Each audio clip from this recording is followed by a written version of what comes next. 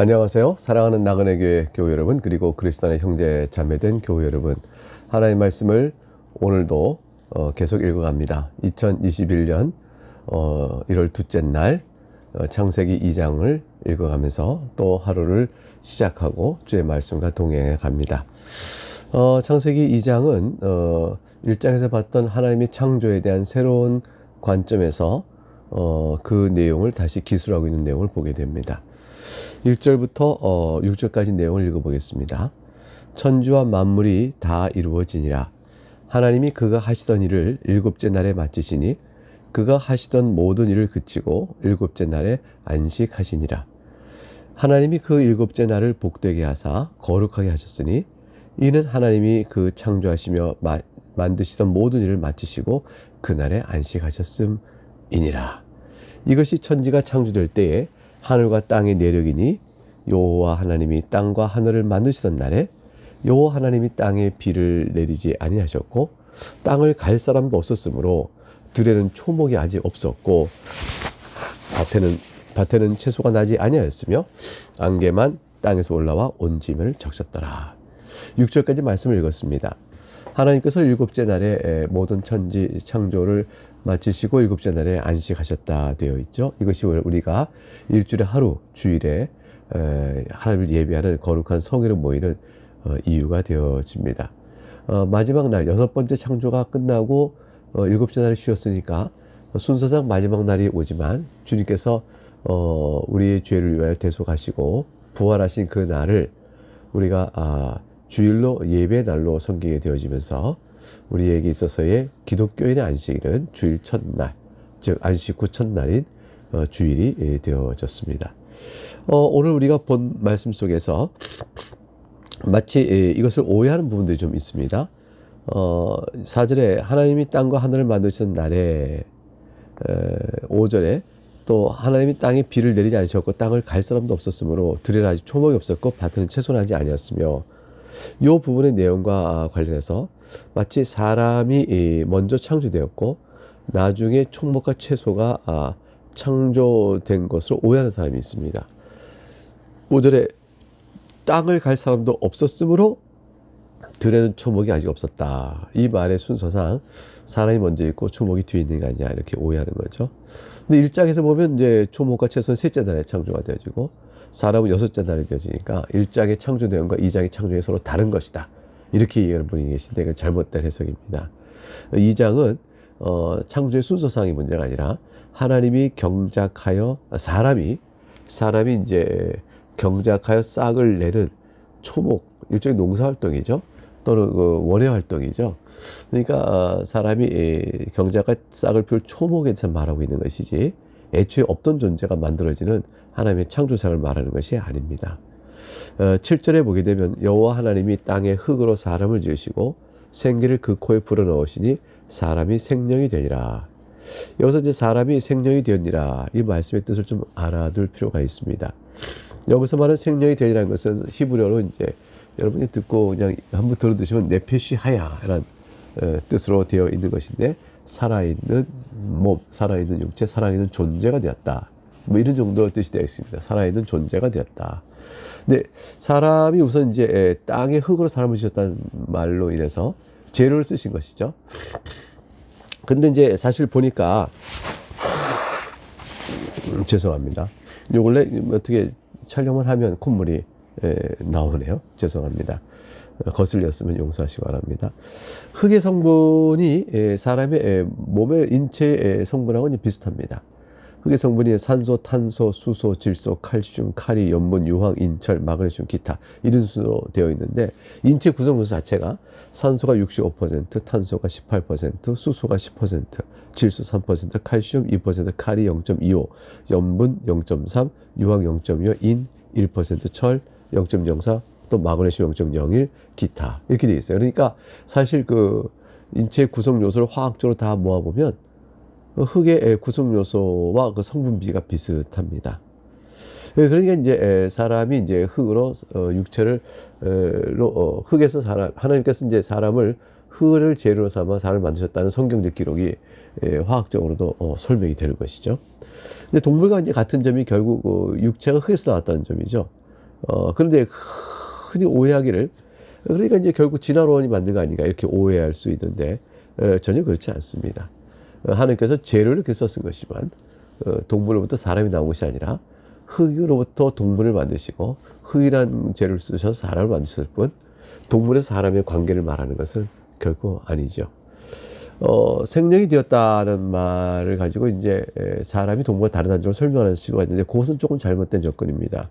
왜냐하면 여기서 이제 생명이 되었다는 것이 아까 네페시 하야라고 되어 있지 않습니까? 근데 이것은 살아있는 존재가 됐다 이런 뜻이거든요. 그래서 인간의 특성을 반영하는 말은 아닙니다. 사실 창세기 1장 24절에는 하나님이 가라사대 때 땅은 생물을 그 종류도 내되 육족과 기는 것과 땅의 짐승을 종류도 내라 하시고 또 그대로 되니라 이렇게 돼 있어요.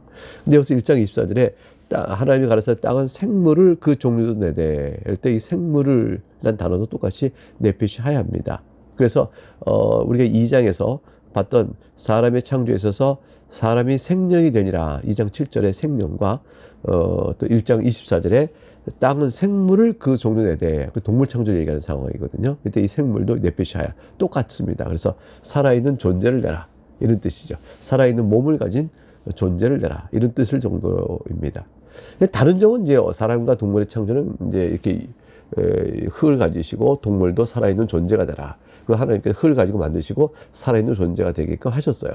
그러니까 이거 둘 다 또 살아있는 존재고 다 흙적인 성분을 갖고 있는데, 이것이 동물로부터 사람의 관계를 진화론적으로 설명한 것이 아니라고 말씀드렸습니다. 사용한 재질이 같은 것이죠. 하나님께서 창조하실 때. 그런데 이제 다른 점이 어디서 나오느냐? 동물과 사람이 다른 점. 창조가 동물 창조와 사람 창조가 근본적으로 다른 그것은 어디서 나오는가? 그것은 바로는 사람의 경우 2장 7절에 코에 생기를 불어넣으셨다는 요 말씀 속에 특수성이 있습니다.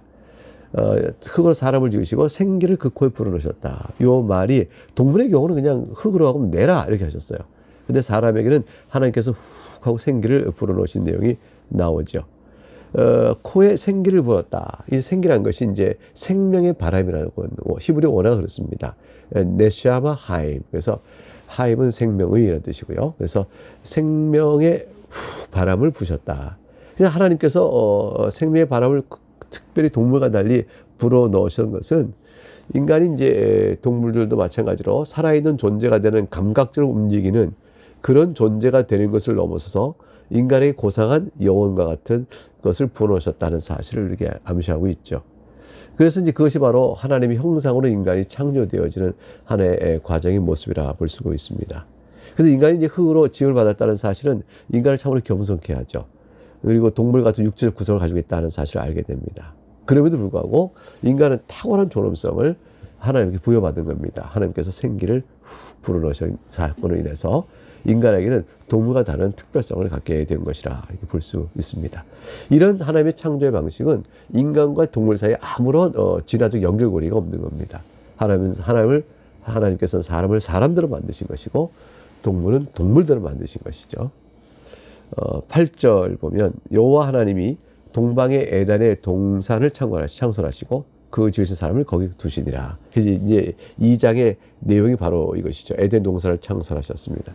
그 지은 사람을 거기 두셨습니다. 9절 여호와 하나님이 그 땅에서 보기 아름답고 먹기 좋은 나무가 나게 하시니 동산 가운데는 생명나무와 선악 알게 나무도 있더라. 에덴 동산에서 최초의 인간의 삶이 어땠을까? 또 그것은 어떤 의미를 주는 것일까? 몇 가지를 이제 우리가 본문을 읽어가면 찾아볼 수 있는데요. 첫째는 에덴 동산에 먹을 것이 풍성했다는 걸 알 수 있습니다. 그리고 이제 두 번째로 거하기 실로 아름다웠다를 알 수 있어요. 왜냐하면 2장 9절에 보기에 아름답고 그리고 먹기에 좋은 나무가 나게 하셨다 이렇게 돼 있으니 이제 거하기 실로 아름답고 먹을 것이 풍성했다는 사실을 그 말씀을 통해서 알 수 있죠. 에덴 동산은 강이 이제 그 에덴에서 흘러서 동산을 적시고 거기서 갈라서 네 근원이 이루었다는데 그 네 근원이 이제 11절에 첫째 이름은 비손이요 금인 하일라 온 땅을 둘렀고 그 땅의 이름은 순금이요 그곳에는 베들레헴과 호마노도 있으며 둘째 강 이름은 기원이라 구스 온 땅을 둘렀고 셋째 강 이름은 히데겔이라 아수르 동쪽으로 흘렀으며 넷째 강 유브라데라. 이 말씀 가지고 이제 에덴 동산의 실적인 지리적 위치가 아마도 중동 지방 어디에 있지 않을까 이렇게 이제 생각을 하게 되죠. 그래서 정확한 위치를 우리가 알 수가 없습니다. 이렇게 이제 에덴이 장소적으로 실제 있는 것이죠. 중요한 것은 에덴은 상상의 세계가 아니고 하나님께서 만드신 이 세상 속에 실제로 있는 장소였다는 것을 기억할 필요가 있습니다. 15절에 여호와 하나님이 그 사람을 이끌어서 에덴 동산에 두어 그것을 경작하며 지키게 하셨다 되어 있으니까 에덴에서 낙원에서의 인간의 최초의 인간의 삶의 세 번째 특징은 노동하며 살았다는 것이죠. 그러니까 마음 놓고 편하게 먹을 것이 풍요롭고 아름다운 곳이지만 하나님께서 일을 하게 하셨어요. 경작하며 지키게 하셨다. 그래서 인간은 노동을 통해서 하나님의 창조주 하나님께서 이루신 아름다운 창조 세계 속에 하나님의 형상을 입은 인간은 나름대로 무엇인가를 생각하고 또 경작하고 가꾸고 자연 속에 있는 하나님의 만드신 신비로운 사실을 발견하며 기뻐하고 그렇게 하도록 이제 하나님께서 이끌어 가셨습니다. 16절에 여호와 하나님이 그 사람에게 명하여 이르시되 동산 각종 나무의 열매는 네가 임의로 먹되 17절 선악을 알게 하는 나무의 열매는 먹지 말라. 네가 먹는 날에는 반드시 죽으리라 하시니라. 이것은 이제 에덴 동산에서 살아가는 인간의 또 하나의 특징이 나옵니다. 인간은 도덕성을 갖게 돼 있어요. 그러니까 하나님 앞에서 자기 선택한 자유로운 자기 선택에 대한 책임을 지는 존재로 하나님께서 에덴에 인간을 두셨습니다.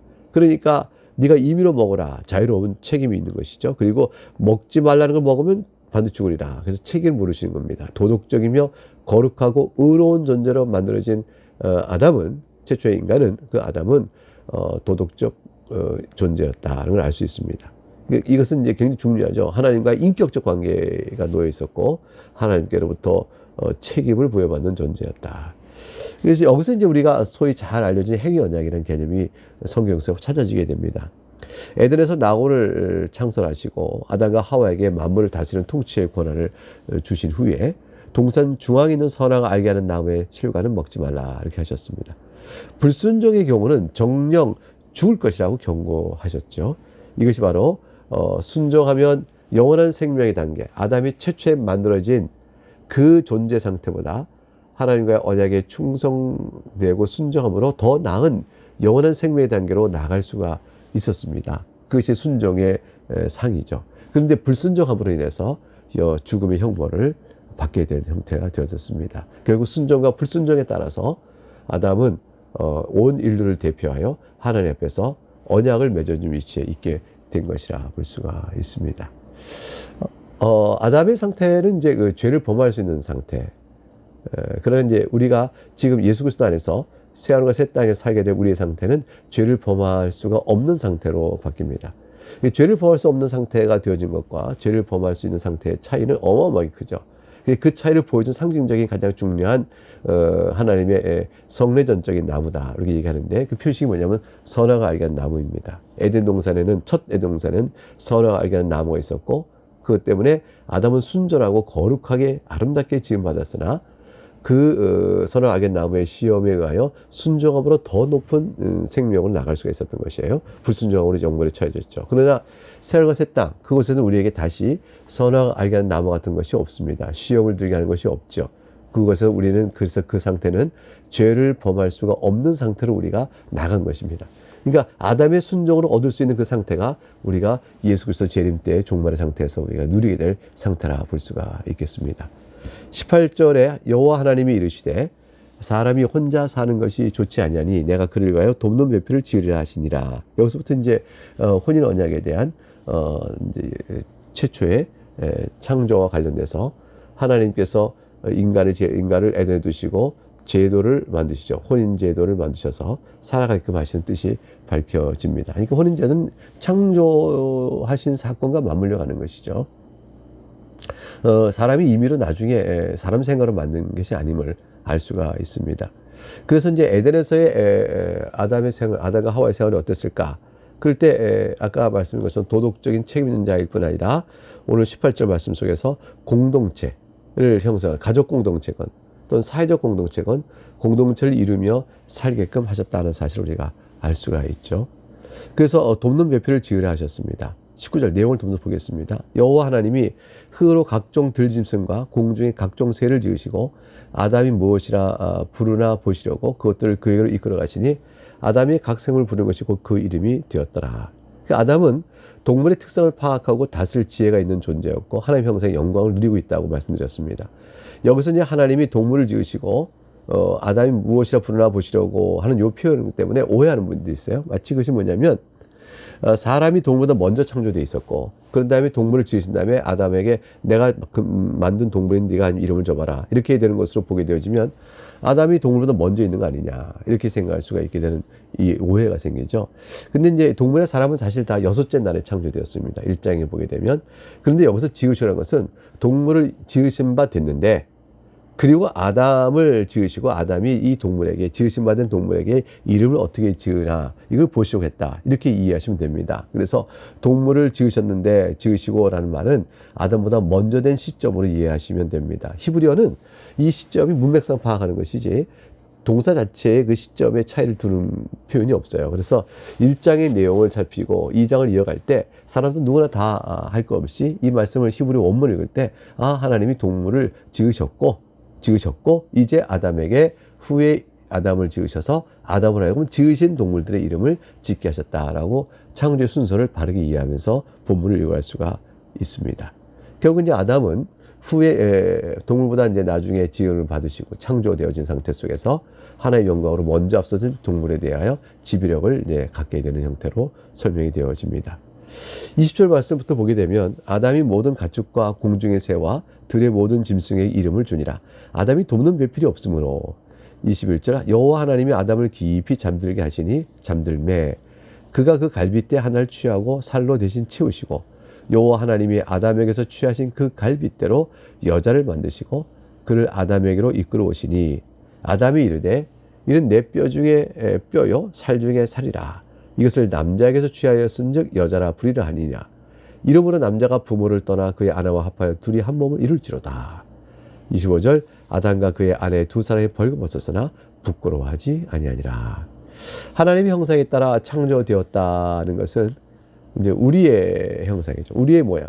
하나님의 형상에 따라 우리의 형상을 따라 이렇게 우리의 모양대로 이렇게 표현되고 있는 것은 일단 복수 개념이 있습니다. 즉 인간 자체는 하나님의 형상으로 존재된 인간은 관계 안에서 자기 존재됨을 드러낼 수 있는 그러한 특성을 갖고 있습니다. 이러한 이제 아름다운 관계의 원리는 사람이 사람 사이에서 이루어져야지 사람과 동물의 관계 속에서 하나님의 형상으로 지어진 하나님께서 우리의 형상대로 말씀하신 그 관계성의 그 아름다움을 드러낼 수는 없는 겁니다. 사람이 이제 반려견을 의지하고 살아가고 또 도움도 얻고 그렇게 애정을 쏟습니다. 그러나 반려견은 인격적 존재가 아니죠. 그래서 인간과 인간의 인격적 존재가 누려지는 이 관계의 특수성, 그 안에서 누려지는 영광스러움은 사실은 이제 어떤 동물과의 인간의 관계 속에서는 확인될 수 있는 것은 나타낼 수는 없는 것입니다. 사람이 사람과의 관계 속에서 이 영광과 아름다운 관계를 드러내지 못하는 것은 인간의 죄 때문이죠.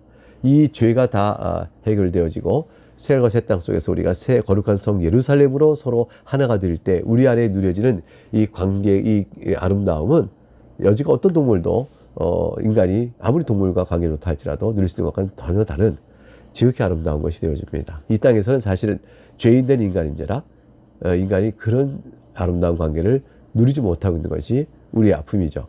교회 공동체 안에서 그런 것을 볼 수 있는 가능성이 생기겠지만 교회 역시도 연약한 존재이기 때문에 아직은 그것을 온전히 드러내지 못하고 있게 되어집니다. 하나님께서 이제 사람이 임의로 나누지 못한다라고 말씀하셨어요. 이 부부됨의 이제 하나됨을 설명하시는 것인데 예수님께서도 마태복음 19장 6절에 그런즉 이제 둘이 아니요 한 몸이니 그러므로 하나님이 짝지어 주신 것을 사람이 나누지 못할지니라 하시니. 그래서 하나님께서 주신 바 된 이 세상 속에서 부부의 짝을 지어 주시고 그래서 하나님이 우리 형상대로 말씀하시는 하나님 형상의 아름다움이 그 관계 안에서 드러나도록 하나님이 제도적으로 만들어 놓으셨습니다. 그것의 투명성이 25절에 두 사람이 벌거벗었으나 부끄러워하지 아니하더라는 말씀 속에 담겨져 있죠. 그러나 죄를 범한 이후에는 이 모든 것이 얼그러져서 이제 그 이상을 혼인제도 이상을 이 땅에서 드러내지 못하고 있는 것입니다. 이제 여기서 주목해야 될 것은 그렇다면 이제 사람은 관계 안에 주어졌고 관계 속에서 아름다움을 드러내도록 주어졌다라고 해서 결혼은 반드시 해야 되는 것인가? 라는 이제 질문이 나올 수가 있죠. 근데 하나님의 형상을 나타내려면 결혼은 반드시 한다. 이렇게 결혼제도 하나님의 형상 자체를 묶는 것은 아닙니다. 하나님의 형상은 이제 우리의 형상대로 것은 결혼제도를 초월해요, 사실은. 그래서 모든 인간관계 안에서 누릴 수 있는 특별성인데 이게 이제 우리가 이제 천국에 이르게 되어지면 혼인 관계가 없다고 주님 말씀하셨잖아요. 그러나 사람 삶 사이에 아름다운 하나님의 형상을 드러내는 그 관계의 친밀성과 영광은 드러나게 되어 있는 것이죠. 그래서 이제 혼인은 반드시 해야 된다. 그래서 신자가 혼인하지 않으면 안 된다. 이런 식으로 기독교 신앙과 혼인을 절대화시켜서는 안 되는 것입니다. 예수님도 혼인하지 않았고요. 바울도 혼인하지는 않은 것으로 알고 있죠. 고린도서 7장 8절에 내가 혼인하지 아니한 자들과 또 미 과부들에게 이르노니 나와 같이 그냥 지내는 것이 혼이라 이렇게 말하기도 했습니다. 이 본문은 혼인보다도 더 우선시되는 인간 존재의 관계성을 말하고 있는 것입니다. 그러나 혼인 제도는 그 우선시되는 관계성의 의미를 드러내는 아주 중요한 하나님이 정하신 제도입니다. 서로 간에 한 몸을 이루어 서로 사랑하며 지내도록 하나님께서 이 세상 속에 혼인 제도를 두신 것입니다. 아담과 하와가 그 아름다움을 얼마나 유지해 갈까요? 타락한 이후에 혼인 제도가 엇갈려고 그곳에서 서로 간의 관계가 뒤틀린 모습을 우리는 차후에 보게 될 것입니다. 우리는 오늘 창세기 2장을 통해서 하나님 창조에 대한 중요한 교훈을 간단하게 몇 가지 짚어보았습니다. 또 오늘 하루도 주 안에서 동행하시는 큰 기쁨 가운데 있기를 주의 이름으로 축복합니다. 감사합니다. 샬롬.